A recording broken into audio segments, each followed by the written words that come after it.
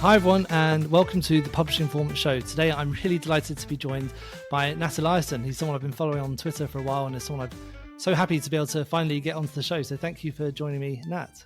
Yeah, thanks for having me on, Teddy. I'm excited to be here. So Nat, you're writing your first book, a self-published book, and previously with your old books, you landed a traditional publishing deal, but for your new novel, you've chosen to go indie. So why did you walk away from doing that from doing publishing and go on to self-publishing your book? Yeah, a few reasons. So I published a nonfiction book last year called Crypto Confidential about working in the crypto industry from 21 to 22. That was a traditionally published deal with Penguin Random House, their imprint portfolio. It was a really good deal too. It was a $275K advance. So, Wow. it was a sizable deal, and they put a lot of work into it. And generally they were like pretty great. I really liked my editor. It was very helpful getting to go through that process and see how, Penguin Random House publishes a book, right? Like that's useful information, I think, to be exposed to. Yeah. But, there were also parts of it that I didn't like. And the big part of it was, at the end of the day, I've been an internet entrepreneur in some capacity for a decade now. I've sort of always been used to owning my upside and downside, for better or worse. And there were just parts of the process where I didn't have that much control or insight that ended up being frustrating, and I didn't like how the incentives were aligned. And so when I decided to do this kind of pivot from nonfiction to fiction and really go all in on sci-fi writing, which I'm really all in on at this point. I mean, I love it. I was like, you know what, I'm going to self-publish this, because if, in my head, if there is like at least one other person out there in the world doing something successfully, then like potentially I can figure out how to do it too. And there are a lot of people self-publishing fiction very successfully, and eventually turning them into big trad deals or movie deals or whatever. And it's like, okay, I think I can figure it out too. I just have to get started. And so decided to self-publish this book, and it's been a way more fun process than doing the trad deal, to be honest. It's not a criticism of them, that's more of a personality thing. And it comes out in 20 days, so we're getting close now. Nice. Are you excited for it to be released? Yeah, very excited. It's, I mean, you know how it is. It's like with a book, it's something that's basically just in your head and maybe a dozen other people's hands over the course of, could be a year, 2 years, 3 years. And then one day it's just done, and then it can be out in the world. And I mean, if you did a good enough job, somebody might read it in 40 years. Like, that's really cool. There's almost no other product like that. So I'm very excited to get it out. Yeah, it's amazing. Like, if you're Charles Dickens or something, your books are still being read like 150 years later. It's amazing. Yeah. I mean, I was just reading Neuromancer last month by William Gibson, and that came out in the 80s? So 40 years old. I mean, Jurassic Park, they're still making movies, and he published that in the 90s, I think. It's like, that's really cool. I mean, Dune, right? They just remade Dune, the movies, and he published that in 60s, 70s, 80s. It's a long time, right? But books do have this incredible longevity to them when they're good enough. Yeah. I interviewed Kevin Anderson actually on this podcast, and he's still writing books about Dune. So that whole series is just like really, really gone on. It's absolutely amazing. Yeah. I love it. The first thing that made me want to message you actually to come on this show was when you sent an email out to your email list. And one of the things that I pulled out, and it kind of links back to what you just said, was that you wanted to make Husk look like it wasn't self-published. So what specifically were you going to try to do to try and hit that bar? Yeah, well, I mean, so I've got my paperbacks right here, which is like an awesome feeling, right? To actually get to hold your books. And my hardcovers get delivered tomorrow, so I'm very excited to get those. And there were a couple hangups I had with self-publishing. One was, big publishers are not very good at the marketing side. And they're good at PR if you're already famous and you're already a big name. But the thing that they are very good at is getting books into bookstores and making books that look beautiful and high quality and very, very professionally done. Do I have Crypto Confidential here? I have. This is the UK version, but so this is Crypto Confidential, and it's like the cover's great, the spine and the back, and like the page layouts. They did a really incredible job making a beautiful book.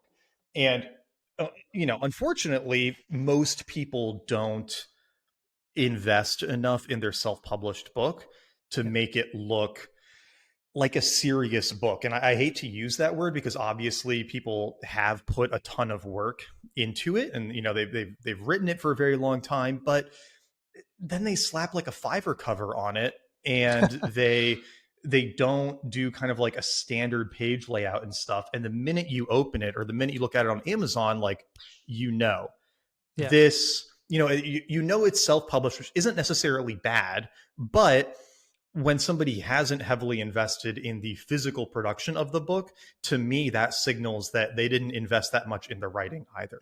And I know that's not always fair. I know that's not, but it's a signal, right? It's like how you package it and present it is going to affect how people judge it. And so I knew that if I wanted to go the self-publishing route, I needed to do everything in my power to make it not look self-published. It needed to look as professionally polished as possible. And I'm somewhat lucky in that I've just been in the world of books in some capacity for a long time, that I have decently good like mental standards for what looks good and have a little bit of design experience and skills. So I have like some taste, but then a lot of it was just like finding a good team to work with where I knew they were going to create like a really good package. And I mean, I love the cover. The cover's great. And like, all the fonts came out really good too.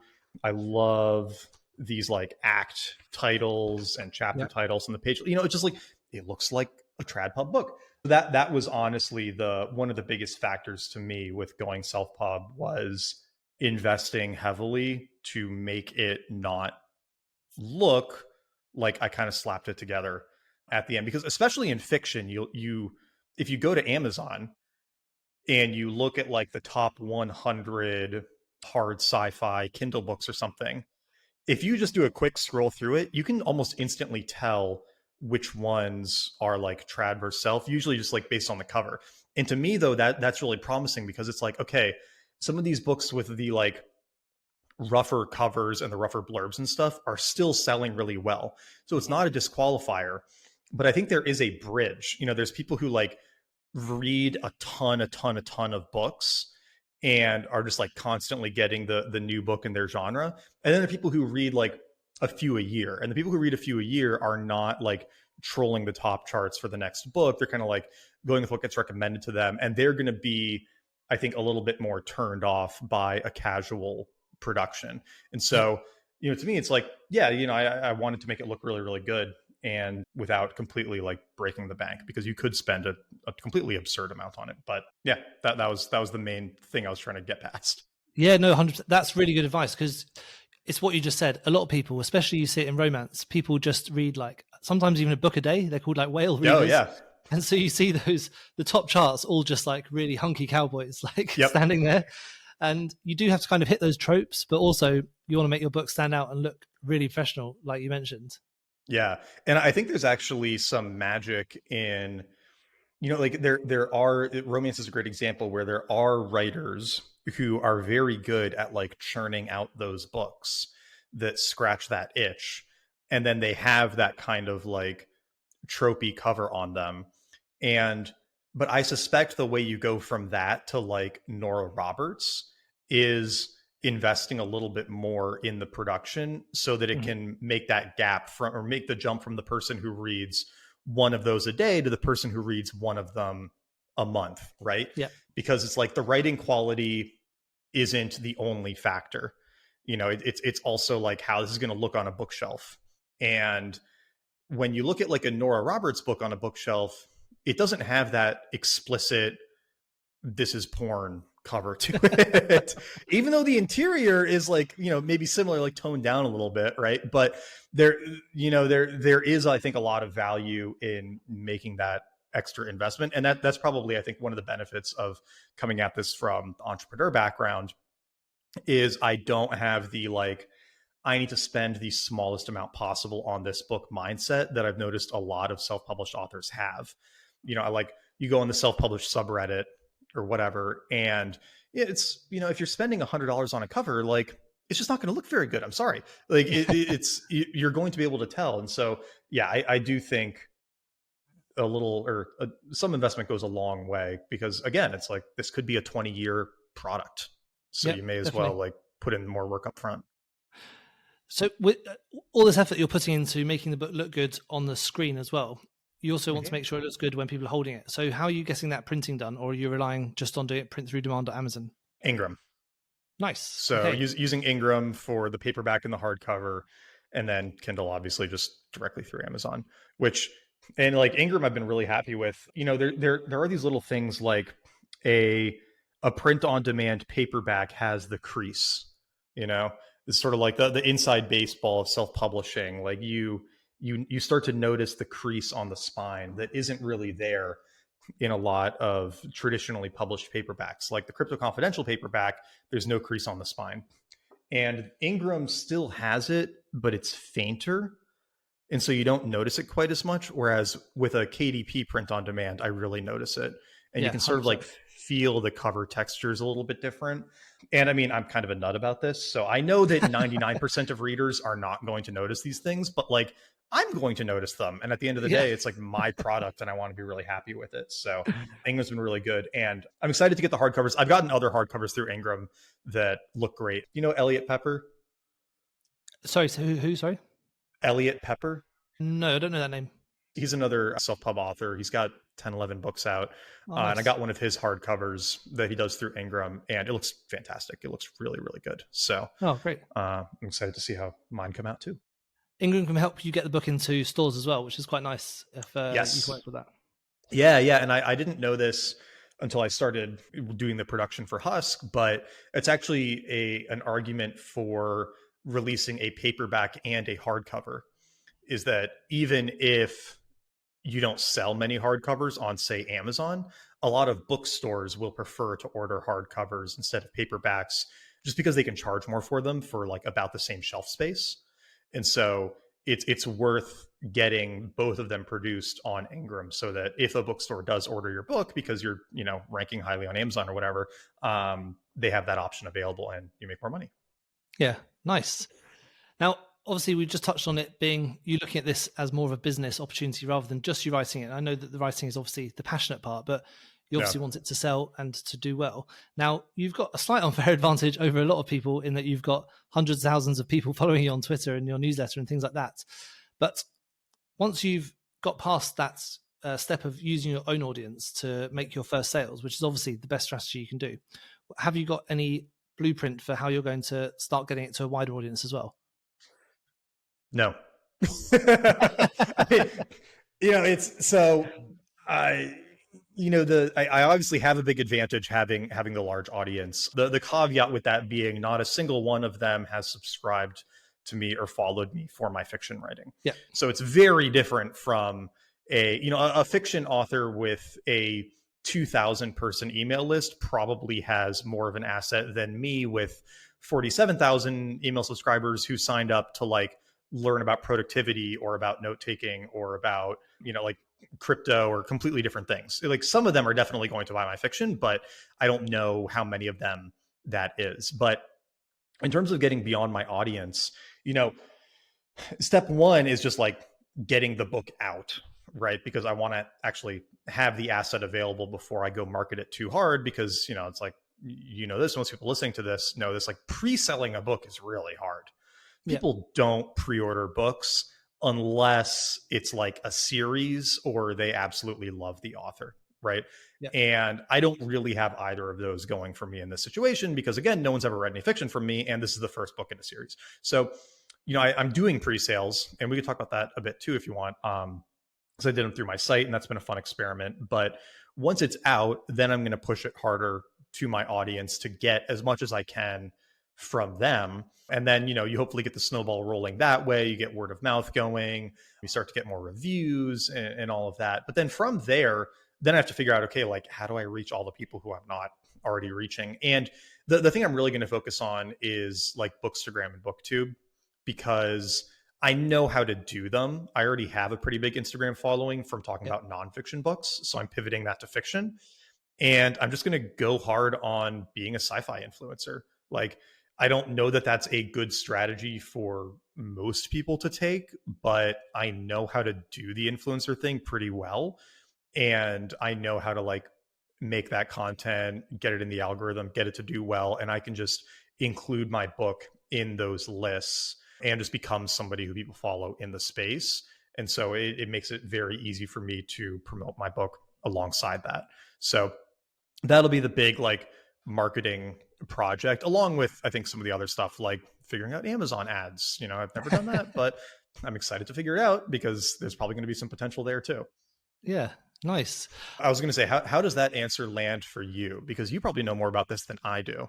So Yeah, what's your reaction hearing that?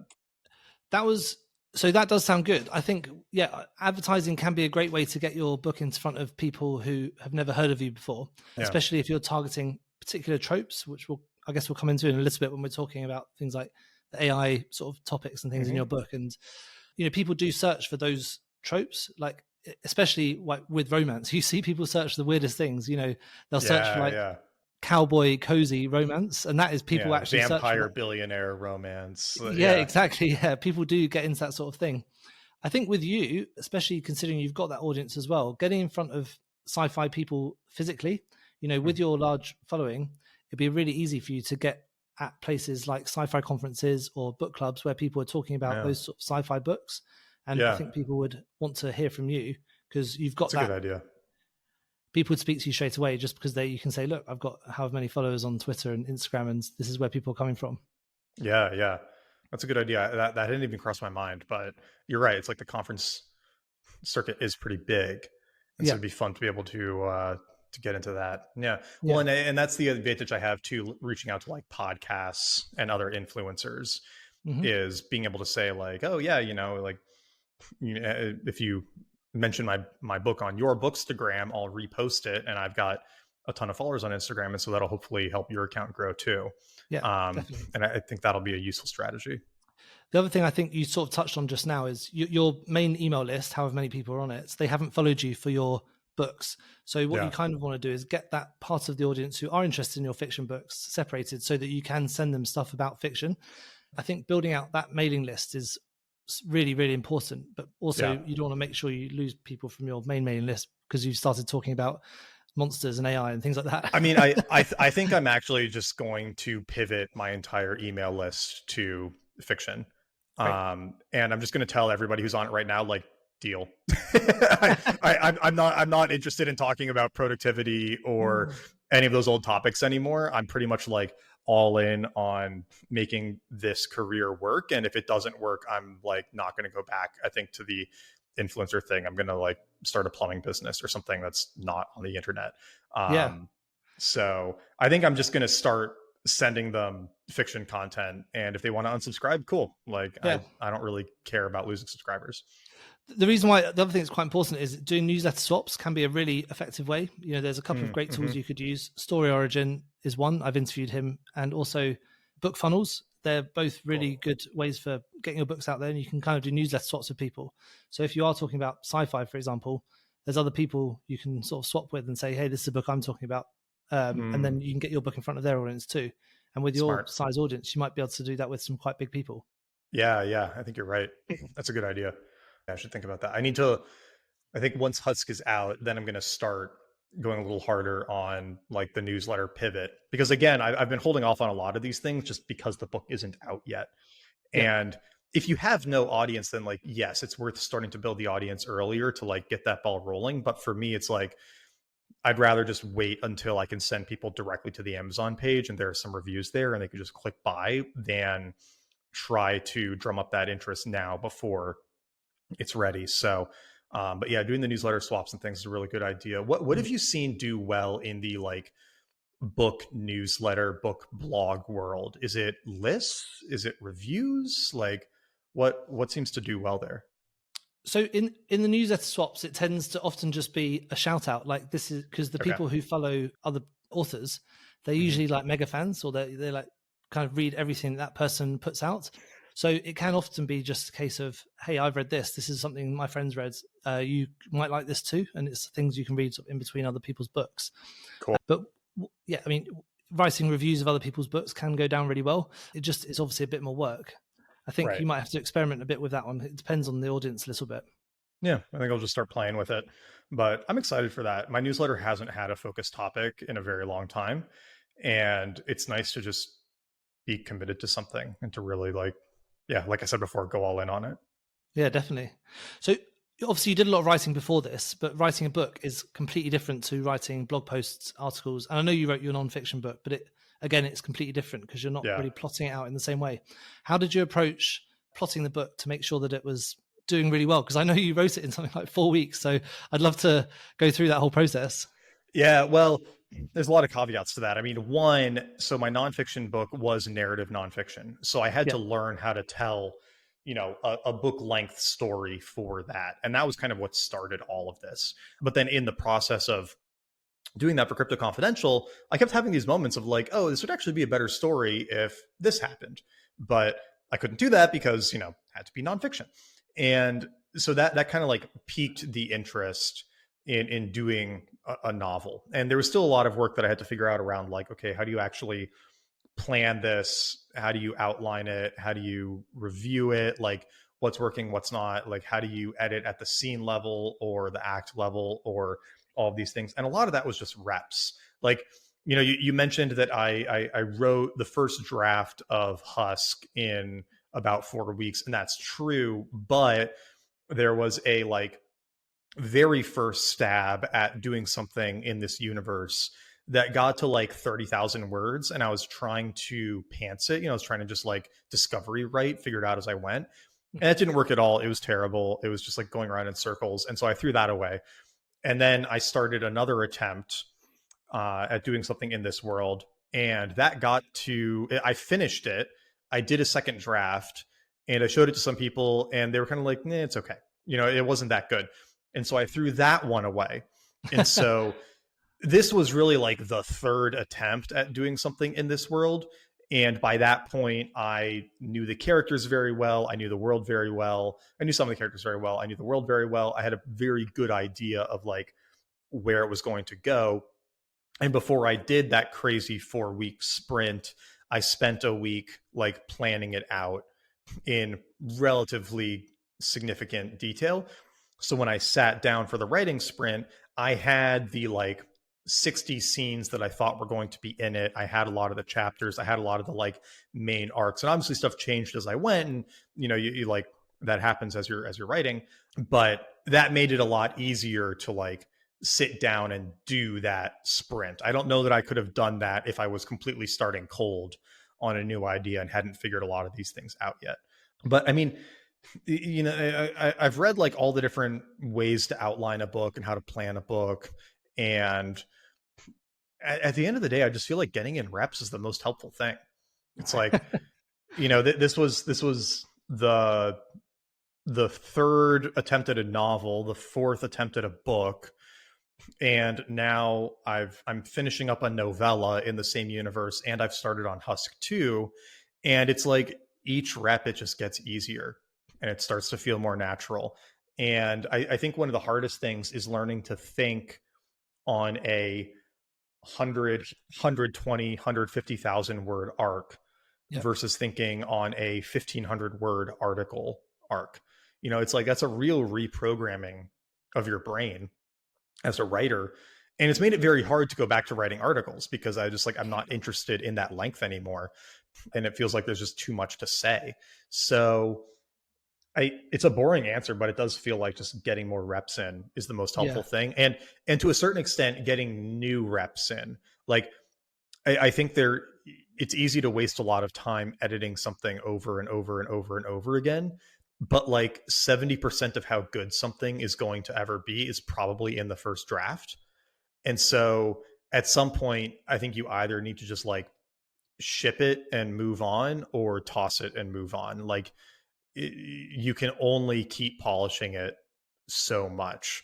And I think I've been good about, just like starting the next rep, getting it as good as I can, starting the next rep and continuing to learn that way. I like that answer. It reminds me a bit of that meme with that guy reading a book and he looks up and he's crying. And the answer is to the book is just work harder, Yeah. Exactly. Yeah. The secrets to success or whatever. Exactly. And then the answer is work harder. Yeah. Now, have you wanted to write a book for a long time, or was there a specific moment where you thought, okay, this is the book I want to write?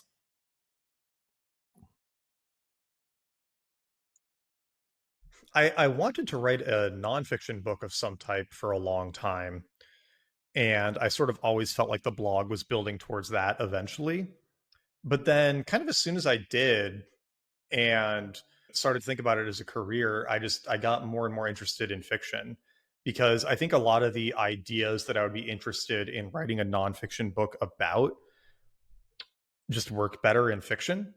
Like I'm very interested in some of these philosophy of mind concepts and like consciousness and identity and death and like, all of those things. You definitely can write a nonfiction book, like a philosophy book, and 200 people will read it and it'll be kind of like this niche thing.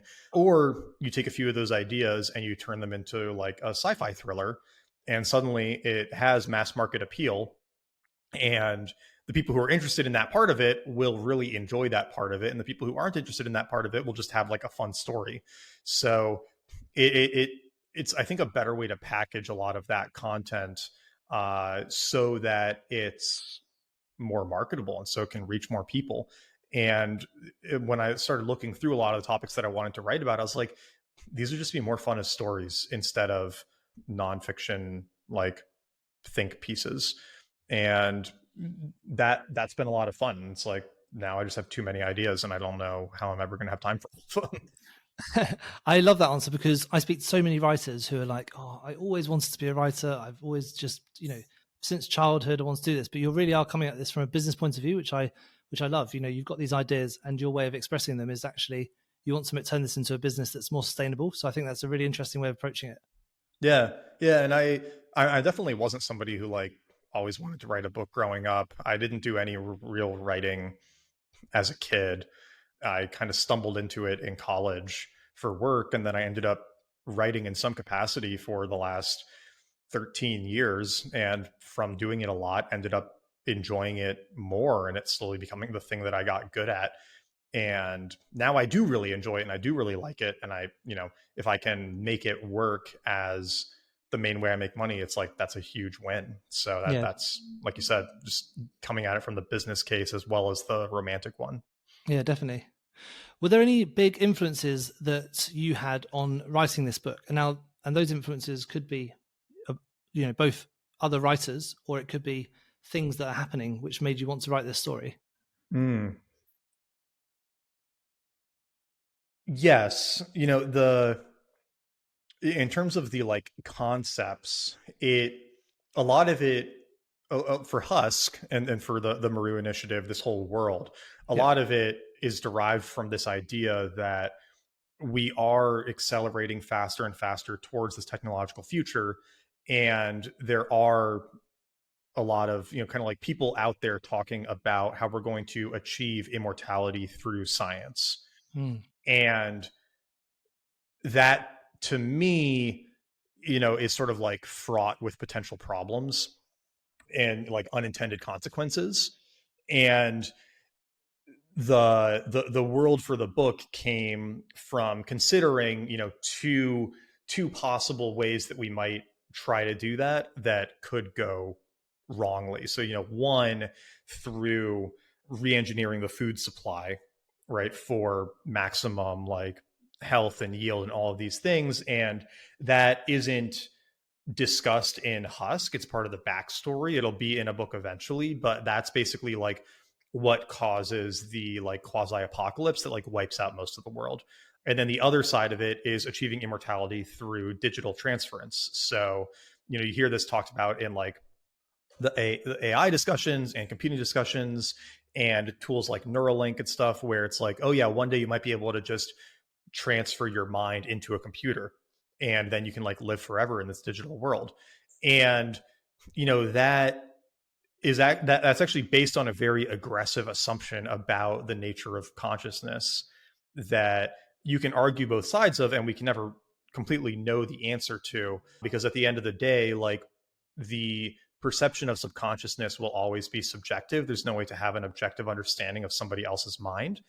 And so even if you were in a world where it appeared we had solved transference, you would never know if it was actually working or not, or if the person on the other side was just a really good copy until you tried it yourself.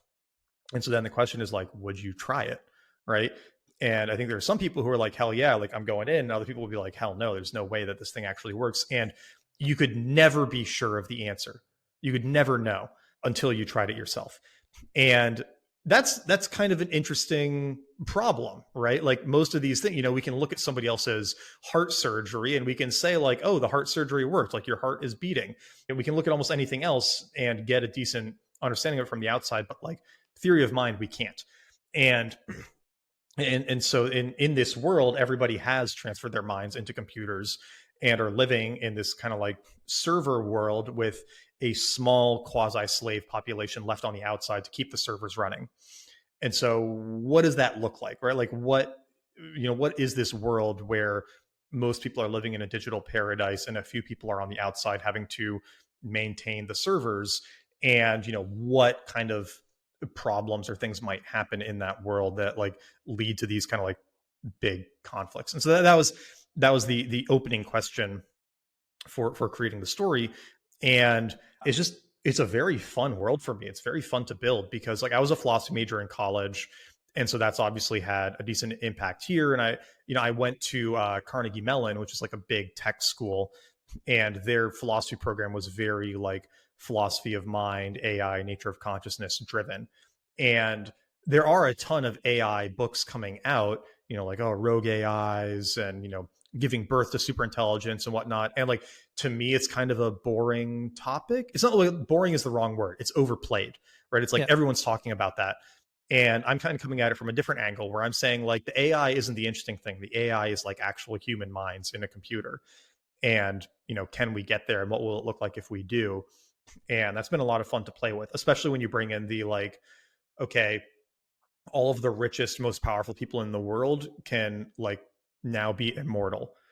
So what happens if we lose the natural transference of like power and influence and ideas that comes from death? Like how important is death to the progress of civilization? And I think it's actually probably pretty important, right? Like Einstein had that line where it's like science advances one obituary at a time or something like that.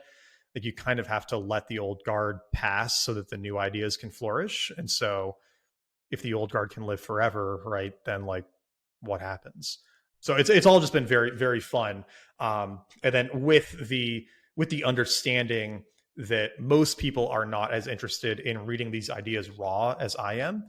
And so how do I create a very fun, exciting, fast-paced story to wrap them in to get them out there in a more mass market package? And that's a really cool challenge. Yeah, definitely. The ideas you're talking about are obviously very interesting, but again, what you talked about before sounds more like philosophy or an idea, but you had to weave in that story of where there is jeopardy and where problems are happening. So when you were building out that story of the bad thing that was going to happen that was going to cause the story to be interesting, how did you plot that out?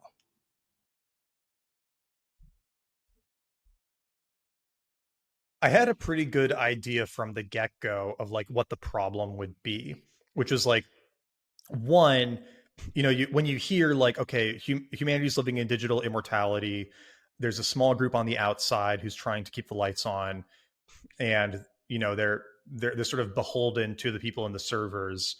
I think your first instinct when you hear that would be like, oh, this is going to be a sort of like Hunger Games or Red Rising-esque like revolt against the upper class, right? This kind of like populist uprising story.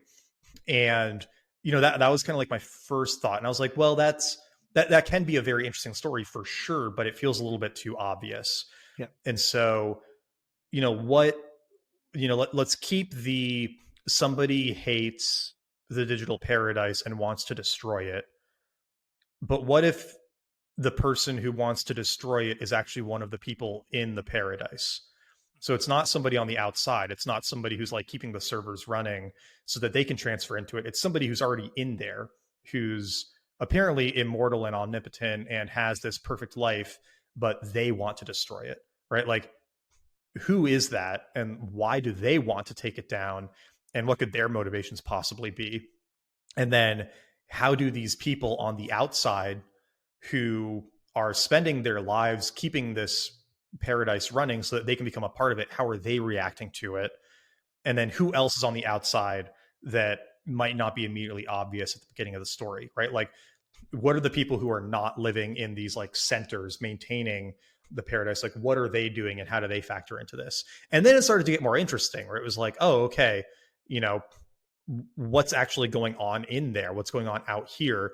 Like, what happens when it does get attacked? How do people react to their paradise like being threatened? And then it started to build into this more interesting world of these like digital gods, in a sense, warring amongst themselves for the power and control over the new world, which is this digital world, while still being beholden to the whims of the people on the outside who could theoretically shut it off at any time. It's like you're both somewhat immortal and like can't die and whatever, but somebody could also just turn the power off. And so you're also kind of like very fragile, right? And so how do you protect against that? And what does your relationship look like with the people on the outside? And like, then it just started to get a lot more interesting, I found, where it wasn't this just struggle against power. It was like the struggle amongst powers for control of kind of like what's left of a dying world. And then it got a lot more fun. Yeah, definitely. With it, it's because you've got, especially now, you've got these two worlds. You've got the paradise world and the kind of dystopian world of the people who are like actually living in real life. Yeah. Did you find it hard to keep a track of everything that was going on whilst you were world building? Yes. And I still do. And because, you know, there are these two like important time periods. You know, one time period is like the fall. So it's when this bacteria breaks out. It's incredibly deadly. It's engineered, and so we don't have natural immunity to it. It's antibiotic resistant, everything, and it just like wipes out the vast majority of the world. At the same time that Meru, this paradise, is coming online and transference is being offered to people as a salvation. But all of that happens 100 years before Husk. And so I needed to know that time period very well and like what happened during it, so that when I'm referencing it as backstory in Husk, I'm not mixing anything up. And then you have these kind of like differences in knowledge between different characters, whether they're in Meru and like living in the digital world or they're in the physical world. And there are other aspects of that that get extra complicated for reasons that happen in the book that I'm not going to spoil. And so and the thing that I could have maybe put a little bit more time into from the get-go was like creating a strict timeline and, you know, a stricter wiki of like exactly what happened every step of the way. But I've sort of been figuring out half of it as I go, and then having to like slot it into the history is, you know, my understanding of it. Because, you know, the world just naturally grows and evolves as you explore it through your writing, but you have to, you know, maintain consistency, and you can, you know, paint yourself into corners sometimes. And so that's hard, especially with a series. I mean, wow, it's given me so much respect for people who do 6, 7, 8 book series and have something from book one that like recurs very well in the final book. It's just like, how did you plan that? Or did you not plan it and you were just like very creative in how you tied this random thing back in? You know, like, we'll never really know from the outside. But I could have put a little bit more time into that from the get-go, I think. But it's still, you know, working very well and very fun too, because it's like I'm discovering this world as well. And that's, I think, one of the bits of magic of writing fiction, is that even you, the author, don't really know what's going to happen until you're in it. Yeah, for sure. I mean, the reason I asked that question was because a lot of the stuff you've talked about before your fiction journey is about productivity, you know, creating notes and being good at remembering that stuff. So did you have a system in place for trying to remember it, or is it now you've written the book and you have to wait? Now it's just a Google Doc of just running notes. You know, I don't have like a crazy internal wiki or anything like that. And in part, I didn't do that because that seemed to me like the easiest way to procrastinate the actual writing. You know, I think a lot of books have died in the over world building before putting pen to paper.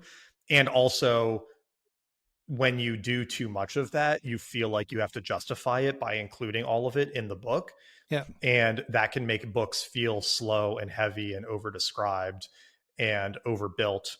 And so I kind of wanted to avoid that and wanted to flush it out as I went, which has mostly worked. But for the next series, I'm going to spend a little bit longer on that step up front just to get like a good scaffold in place, so I'm not building it on the way up. A good tip for that is I spoke to Joanna Penn on this podcast like a week ago. She's quite a big podcaster in this industry, and she uses Google Notebook LM, which you can basically plug all your previous work into, and it can create like a wiki out of it, so you can learn that you can ask your book questions and things like that. So Smart. You could upload your manuscripts in there and start like asking questions. Be like, oh, what was Isaac up to like back then? Oh, that's a good idea. Yeah. I should try that. Yeah, it's really cool. Yeah. Now, what last couple of questions? But the first one was you talked a bit about the pre-sale. Now, obviously, you've got that audience, but how's that pre-sale worked for you? And is there anything you've learned that you would improve upon next time? Yeah, no, the pre-sale's been fun. So I built a Shopify store on my own domain, and I'm selling signed copies of my books through that. And, I'm just doing the fulfillment myself out of my office here. And that's been a really cool experiment, because obviously you make more money if you sell your books directly than if you sell them through Amazon. And, having the email list and everything, I can send some people there. And so I've sold like 220 copies of the book through my site, which is awesome. It's like $7,000 something in revenue, decent chunk of that's profit. And it's like, okay, cool. Like I'm going to be able to get those books out to people in the week before it publishes. And then I have their email addresses and whatnot, so I can ask them to leave a review or to share it or anything else, which you can't do when you sell through Amazon because you don't have any way to contact your customers. Yep. And so I feel really good about that. I think next time, I launched it like 2 months before publication date. That was probably too early. I think maybe next time I'd do it 2 or 3 weeks before and do a little bit more of an aggressive push and then do the big launch week push. I got excited and wanted to like have it up early, but you know how it goes. You like announce it and you get a huge spike of sales, and then it just dies off to like nothing, right? Yep. Until you have the next big push. And so there's kind of like not much reason to do it a long period of time in advance, because then you sort of dilute your marketing. So I think squishing it closer together would be better. But I'm excited about that because you're building a more direct relationship with your audience. I did this cool bundle where if you buy the hardcover on pre-order, you're getting a signed copy, plus you're getting the audiobook and the ebook for free. Mm-hmm. So you're getting all three formats bundled together for the price of what the hardcover will be at launch, which I can't do on Amazon, but I can do through my own site. And so I think that's a nice little incentive, and I can figure out other incentives I think to offer in the future too. Yeah. And hopefully as the series grows and more people find out about it, more people get excited about it, the pre-order numbers will grow as well. Yeah. So I didn't set any expectations. It was just like, however many pre-orders I get is great. And that's the floor for what I hope to improve on with the next book and the next book, and just keep growing that over time. Nice. You could consider doing a Kickstarter as well, maybe, to launch the second book. It's a really big thing in self-publishing. Yeah. It seems like that's getting bigger and bigger, and their cut isn't huge. And the cool thing with Kickstarter too is it's like you could spill out beyond your audience because it is a platform. Yeah. So I might look at that as well. Nice. Was there anything that you missed about the publishing process? Any of the help that you got from the publishers that you haven't had this time? Getting in advance was nice. It's like I'm paying everything up front for Husk. And obviously I make a lot more per book than I did going through the publisher. And so I can earn that back, and then it'll all be, profit after that. But, it's a big difference going from getting a $250,000 payment up front to spending $25,000 to produce something and possibly never making that back, right? Like I've already made a decent chunk back, I'm confident that I will.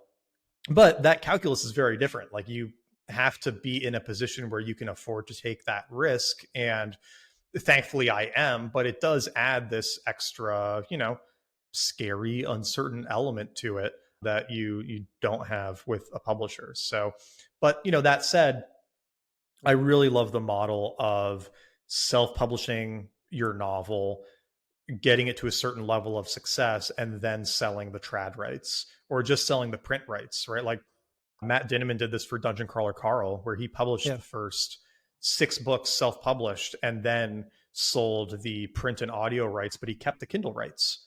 And that seems to have gone incredibly well for him.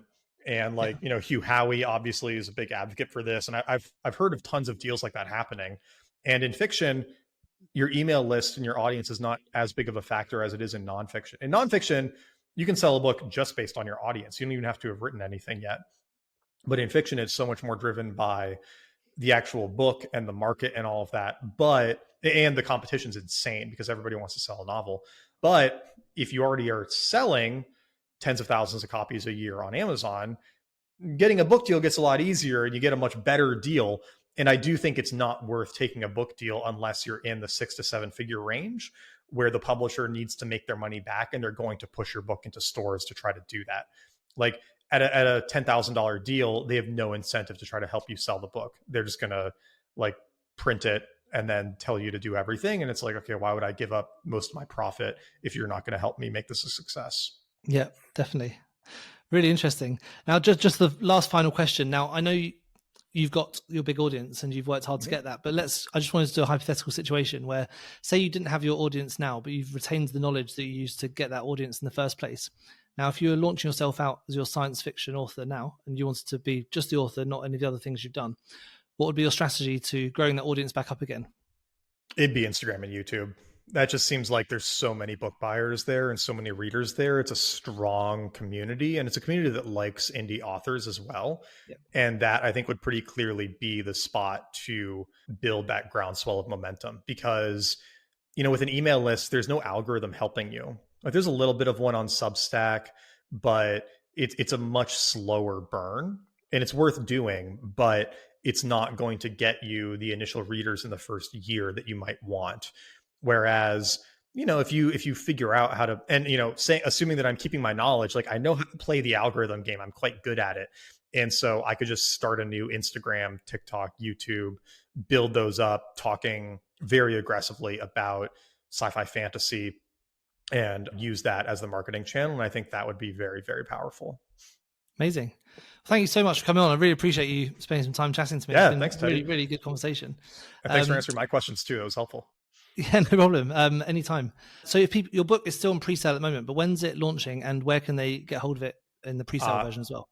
Yeah, May 27th is when it'll be out on Amazon and everywhere else. In the meantime, you can go to huskbook.com and that'll redirect you to my site where you can get the pre-order bundle to get the hardcover plus the audio and the Kindle version. And I'm going to be sending out those hardcovers like the week before it actually launches. So people will get it a little bit early if they pre-order it as well. And yeah, I get all 500 books delivered tomorrow. So I'm pretty excited to receive that shipment and beg forgiveness from the UPS man for making him drop all those boxes off. But it's going to be a lot of fun. I'm excited to send them out. Big day for you tomorrow. Big day. Yeah. Going to get my workout in. And if people want to follow along with your newsletter or anything like that, where's the best place to find you? Just nataliason.com is going to be the good place to go, or blog.nataliason if you want like the essays on Substack, but either one of those will work. Nice. Well, thanks so much for coming on. It's been great to chat and speak again soon. Good luck with the launch. Yeah. Thanks, Teddy. Thank you so much for tuning into the Publishing Performance Podcast. I really hope you found today's episode inspiring. I love chatting to authors, writers, and people in the publishing world.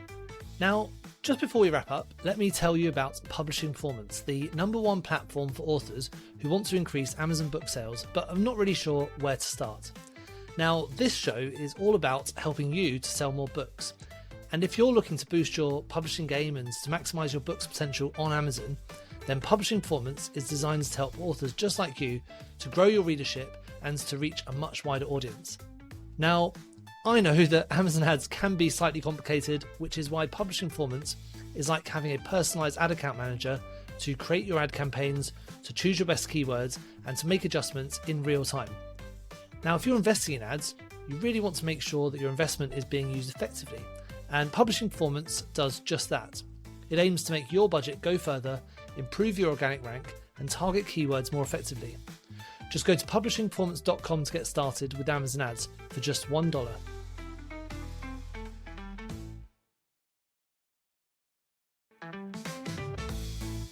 Thank you so much for tuning into the Publishing Performance Podcast. I really hope you found today's episode inspiring. I love chatting to authors, writers, and people in the publishing world. Now, Just before we wrap up, let me tell you about Publishing Performance, the #1 platform for authors who want to increase Amazon book sales but are not really sure where to start. Now, this show is all about helping you to sell more books. And if you're looking to boost your publishing game and to maximize your book's potential on Amazon, then Publishing Performance is designed to help authors just like you to grow your readership and to reach a much wider audience. Now, I know that Amazon ads can be slightly complicated, which is why Publishing Performance is like having a personalized ad account manager to create your ad campaigns, to choose your best keywords, and to make adjustments in real time. Now, if you're investing in ads, you really want to make sure that your investment is being used effectively, and Publishing Performance does just that.